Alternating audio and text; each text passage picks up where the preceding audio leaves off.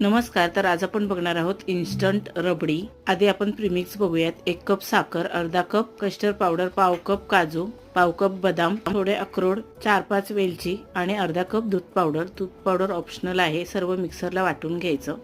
हे आपलं प्रीमिक्स तयार आहे. एका हवाबंद बरणीमध्ये भरून ठेवायचं. पॅन गरम करायला ठेवलेला आहे. त्याच्यामध्ये दूध घालून घ्यायचं.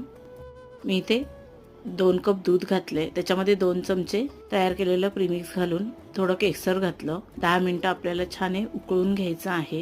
याच्यामध्ये तुम्हाला जास्त गोड पाहिजे असेल तर 2-3 चमचे साखर घालू शकता. मी साखर घातलेली नाही. हे छान उकळलेलं आहे. गॅस बंद करून बदाम आणि पिस्त्याची कापं घालून घेतले आणि फ्रीजमध्ये थंड करायला ठेवलं. ही आपली इन्स्टंट रबडी तयार आहे.